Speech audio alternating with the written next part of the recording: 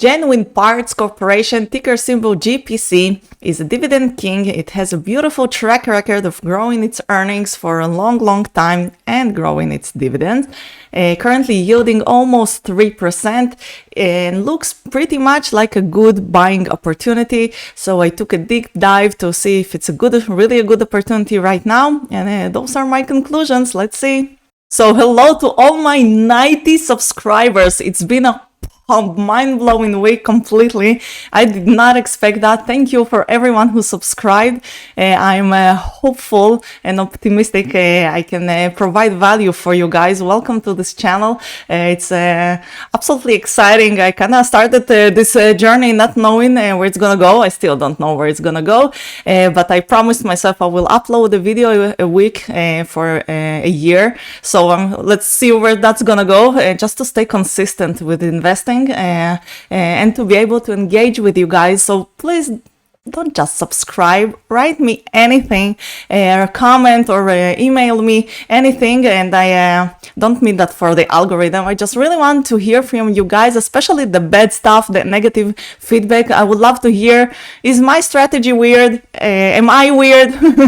Do you disagree with it? Do you have any feedback about my stock picks, about the way I view investing overall, about something specific in my videos? Please let me know. I would love to hear your feedback and engage in a true discussion about investing. So yeah, but that's super exciting. We shall see where that will go in the future. But for now, let's talk about Genuine Parts, GPC stock. And I'm kind of still looking for the right format for the videos. I'm not sure it's going to be one format in the end, but we'll start with the presentation just for the business overview, and then we'll go to all the aggregators, all the different sites to look at the numbers, the valuation, capital allocation, the dividend, of course. So let's begin. So Genuine Parts is a distributor of auto parts and industrial parts. It does not manufacture the parts themselves, it sources them, and it has an extensive logistic network all over the world, or just here on those blue areas, to distribute those parts to different entities. It has been in business for 96 years, as long as the car has been, which is a classic example of selling shovels, and it did really well during a century of struggle for the auto industry. So really a classic example. It has been growing its dividend for 68 years now, so it's a really true dividend king. It operates in the two segments, the auto parts, which is about, as we see here, 62% of its revenues, and industrial parts. We will see in a minute what those are, but that's 38% of the revenue, but it has a bit of a higher margin. We'll touch maybe upon it later.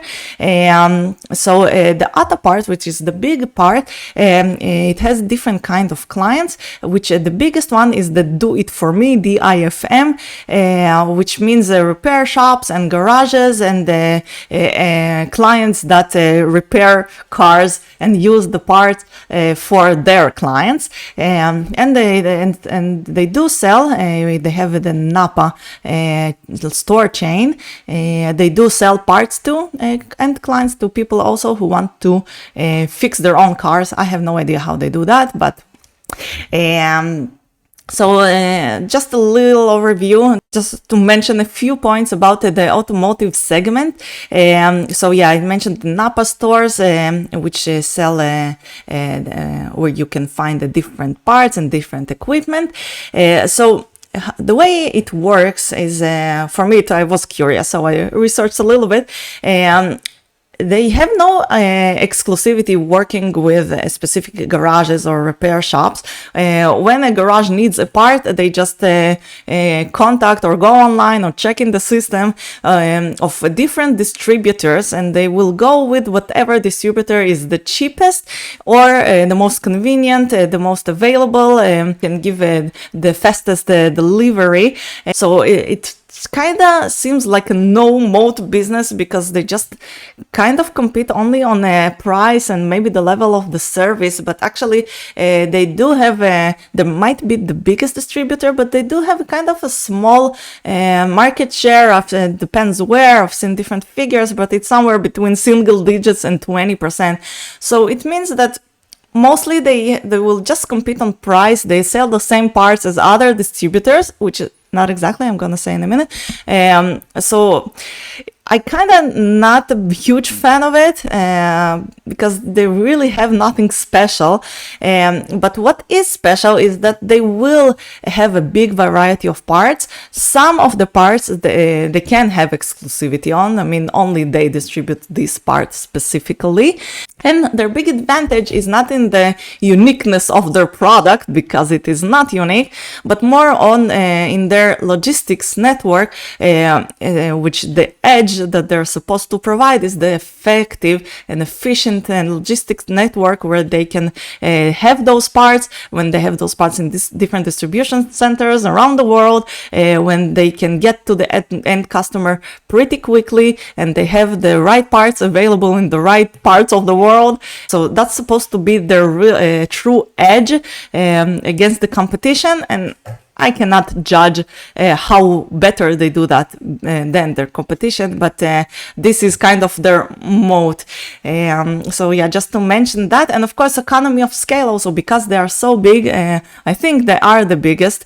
So it gives them advantage, of course, when they're sourcing the parts, they can buy bigger quantities, they faster relationship with the suppliers, with the manufacturers, and they also faster relationships with the garages and repair shops and with their clients. When they provide a better service, they have all kind of loyalty programs also. So they kind of try to make their product, I mean, their service unique, and like create loyalties on the part of the customers, when they're really, it's an industry without loyalty by definition. So yeah, so just to mention the price sensitivity also, when I said they compete on price, well, it's that's going to be more in the do it yourself kind of client, when people, just private people, buy parts to repair their own cars.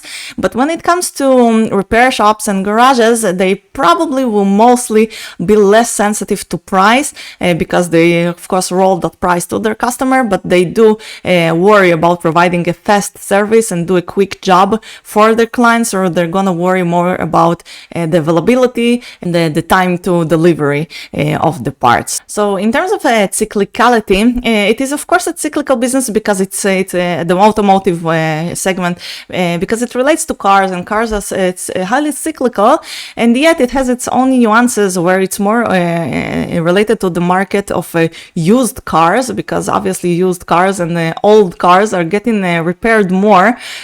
So the biggest indicators to look at in terms of how well will it go for GPC might be the age of cars, which right now is at its peak in the United States, and the used car market also. So yeah. So that's a little bit about the automotive. Their second segment is the industrial one. We can see here it operates only in North America and Australasia. First time I hear that term. We can see some just a fact sheet of the segment. It has 19 million types of parts, and we can see here a little bit what type of parts are those. The segment has been growing really nicely at 8% in the last few years, and it also has a higher margin than the automotive segment. So that's just a quick overview of the business. Let's not look at the financials and the growth.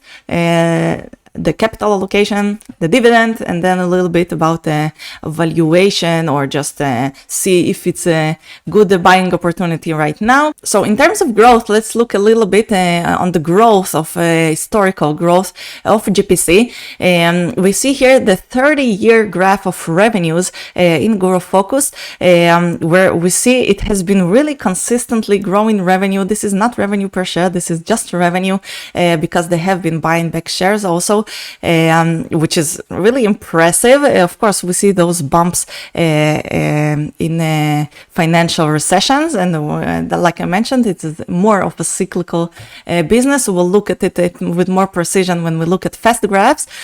So this is revenue. If we look at EPS without non-regular items, let's remove this trend line, we see a similar story, really nice, impressive growth. It has a bump in recent years, but even without that, we see moderate, really nice growth.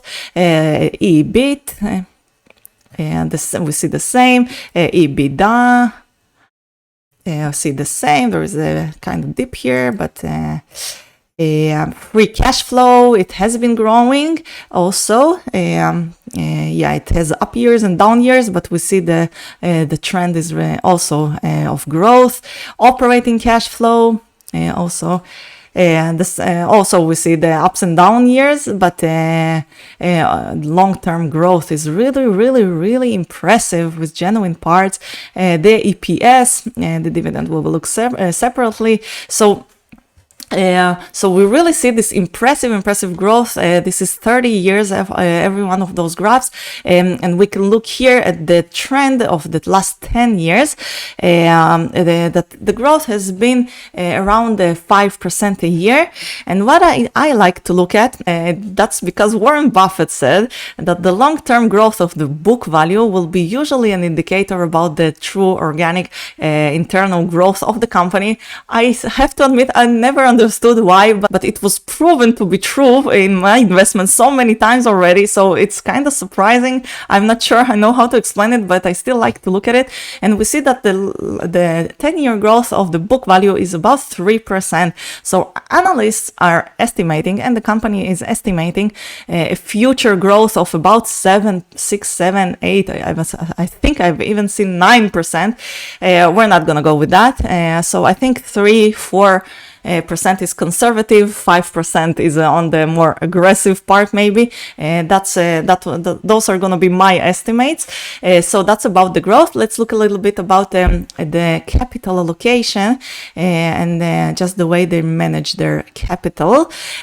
So here we see again the beautiful growth in revenue. If we take out the revenue, we can see the EBITDA and the net income. Also, it's not as consistent, but we do see the long-term growth. So the debt, currently the EBITDA is around $2 billion. The net income is around $1 billion, maybe a little bit more. And the debt is nearing $5 billion. So it's really okay. It's fine. It's a fine debt. It's not a high debt, with a free cash flow of around $1 billion, and they're sitting on cash of $1 billion also. So a debt of $5 billion is really fine. It's okay, in the lowest range I have seen lately, although I've been looking at the utility stocks, but still it's kind of capital light business, because they don't manufacture those parts. They're just source them, and they do have their distribution network, their logistics centers, and their of course stores and cars. I didn't mention that they lately have been buying the stores. The stores used to be franchises, and they're gradually buying some of them. I'm not sure why. I'm not sure I'm a big fan of this shift. It's supposed to, I know why. It's supposed to give them higher margins, but we know that those strategies don't always work. So this is kind of a risk, I would mention.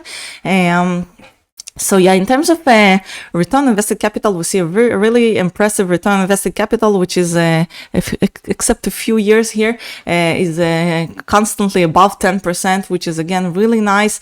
So nothing wrong here, really. The share buybacks also, we see the amount of shares outstanding has been declining for many years now, and part of their capital allocation strategy is buying back shares. Really nice. So really nothing wrong here. I like like everything that I see. Everything looks really good in terms of the capital allocation. Let's look a little bit on the dividend. So the dividend, it is a dividend king. It has been growing dividend for 67 years now, and it's currently yielding about 2.9%. It was a little bit more when I started researching it a few days ago. The stock has been a little bit up, and the growth of the dividend is not stellar, about 5%. It's okay. It might, because I think the growth is gonna be lower than this in the future. The dividend growth probably for my estimates is gonna be also lower. So just to mention that, in terms of the dividend growth for different years and different year ranges, we see that 3 years growth rate has been nearly 7%, 5 year 5 and 6%, and 10 years also 5.7%. So that's about the historical dividend growth. In terms of the dividend safety, we see here the red line is the free cash flow per share, the green line is the earnings per share, and the blue line is the dividend per share. So we see that it really has a nice cushion. The payout ratio is constantly below 60%. Right now it's even lower, so it looks really nice. Everything looks really nice. The dividend for me is a little bit on the lower range, and we'll soon talk about the expected returns from this investment. I'm already showing now, but we'll look at it with more detail. The dividend yield history, where we see where pretty much 3% is normal historically. So let's look at the fast graphs and the current valuation. Is it a good buying opportunity? So this is really beautiful graph, I have to say. I like to see that it has been growing earnings like we've seen for many years. It hasn't been really steady. We've had bumps along the way, and we have had a few flat years here, and this year is also flat. Obviously they're also facing all the macro difficulties that almost all the companies are facing, and this is more of a cyclical kind of a business. So right now the macro is not doing great, and consumer confidence and consumer spending and all that, and inflation. So this year is gonna be flat, and it's pretty much probably gonna continue being flat until we see better times. So when we look at this part, we of course know it has been a crazy bull market, and the company did really well with it. But what will happen in the future when there's not necessarily going to be this kind of a bull market with zero interest rates? Interest rates are being lowered now, but we don't know if we're going to get to 0%, and we don't know even if they're going to continue on going lower. Maybe if inflation kicks back into gear, interest rates could go also higher. So right now GPC is trading at a 15 multiple, and we see that historically it has been trading beautifully, pretty much steadily around the multiple of 18, except in the recession and the quick recession we had during COVID also. So this could be that from here we have a nice upside until we hit 18 PE again, and maybe even not if next year, but this year's expected EPS when it's flat, and we don't know if next year it might be also flat. So we have an upside of 20%, which is not stellar, but it's something. But what worries me are two things. The first one is that if we do hit a recession now, and again, this is a cyclical business pretty much, because when we look at 2008, at the great financial recession, we've seen that the business didn't do that bad. Its earnings were only down 2% in 2008 and 14% in 2009. But first of all, we see the stock prices really fell 50%, which, okay, is fine. I mean, it's not completely fine. I'm not sure if I'm fine with it with my dividend stocks, but it might take a few years for it to hit that blue line again. And if we look just historically, and of course it might be different this time, but if we have bought at a 15 PE, right before the recession and waited until it hit that 18 PE after the recession, it would have taken 3 years, and the return would be around 11% annual, which is also okay. I mean, this is the bad scenario if we hit a recession, so that's also okay, but that's including the dividend. The overall growth in capital would be only 30% during 3 years. I mean, it's a little bit underwhelming for me, so that's my first concern. And my other concern is the business has been growing during those years around 7%. And again, here we see that the analysts estimate a long-term growth also of 7-8%. But like I already said and showed, I'm not sure that's the case. I feel it's a little bit too aggressive. I mean, it could materialize, but it could also not. And again, when we look at the book value and the historical growth during the last few years, I don't know. I think going with 4-5% is more conservative. I mean, just plausible conservative. I mean, not pessimistic. And if the company grows only 4-5%, I'm not sure it justifies a multiple of 18, even for this really high quality. It is a high quality company. I'm not sure why they have a credit rating of BBB. But this is my second fear, that maybe if the company will not grow, we see that the growth here has been pretty unusual, and we shouldn't count on it going forward. And there were a few years when it was trading flat, and still it was trading even above the 18 PE.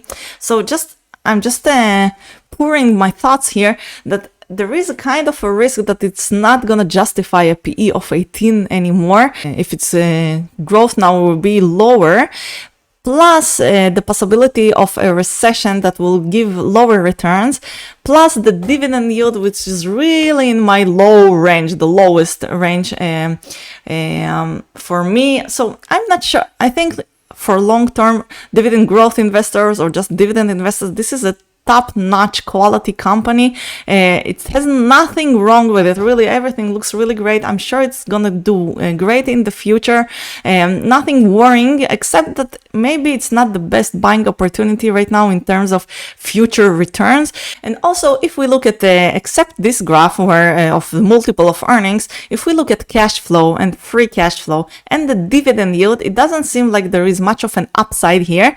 If we look here, I mean, I know it's I see that it was not trading this blue line, and it is not as good an indicator as the earnings, but still we see that here it doesn't seem like it has much of an upside, even if we consider the blue line and not the orange line, it doesn't have an upside at all. And if we look at free cash flow, it's pretty much the same story, even worse, where it's really above the blue line now. It seems like they have reduced cash flows now from what I see here, maybe because they're buying those stores, I'm not sure. And if we look at the yield also, the dividend yield, which with dividend stocks, it might also show some good buying opportunities when we see that there is an elevated yield. So it's not an elevated yield right now. We see it's pretty much normal historically. We did have here a few years of really high valuation, and then dividend yield was really low, but overall, historically, normally, we don't see anything spectacular here, any opportunity. So it seems about like a fair value, like a normal valuation currently. I'm not sure there is a good buying opportunity here. I don't know, I might put a little small portion on it. Maybe I'll just keep it all together for me, because I do look for that upside. The dividend is just a bonus for me. I'm looking for that upside, and it's both small, and I don't feel the confidence that it will get there, both because of the state of the economy, which I don't know where it will go, and it is a cyclical business. And when I researched GPC, I didn't even notice before that all my dividend stocks, if you want to see, you're welcome to see my dividend portfolio video, all my stocks are not cyclical. They're all either completely uncyclical like utilities, or like have medium cyclicality like Canadian banks, but they're not as highly cyclical as the auto industry. So I'm not sure I'm yet ready to invest in cyclical dividend stocks because it's only 50% of my portfolio, and my other half of portfolio is in highly cyclical stocks. So I kind of aimed for this portion to balance it. So for me, I think it's a skip, but not giving any financial advice, but if you're a dividend growth investor or just a dividend investor, I think, and you're willing to have some of your stocks in a little bit more cyclical. I mean, this is not the highly cyclical stock. It has some cyclicality in it. I think this is a great company. It might be a good buying opportunity. It might be the best we get because we don't often see it gets below the 15 PE. It's probably gonna do really well. It's nothing wrong with it. It looks really fine, and it's gonna grow its dividend, continue probably, and it's gonna continue growth also, whether it's gonna be 4% or 7%. So it's really a nice place to have some portion of your portfolio. For me, either I will wait for a better price or I just decide to skip it and look for something with a higher upside. I don't know. I'm not a huge fan of it. I will let it cook for a few more days. Meanwhile, it's going up, but maybe I will just put a small portion of it. But I don't like to accumulate also a lot of small portions, which I don't like in the portfolio. And then once I finish to deploy all my cash, I'm gonna get those are gonna be the first ones I get rid of. So what's the point? I can just sit on T-bills for a few more weeks until I find something better. So yeah. So those are my conclusions about GPC. Pretty straightforward, nothing really special here, which is good. We like nothing special, just a good business, a good company, good growth, good dividend, and an okayish price, not the best price for me. So nothing really value investing here. But again, so yeah, so I hope it was helpful, and I'll see you in the next one. Bye bye.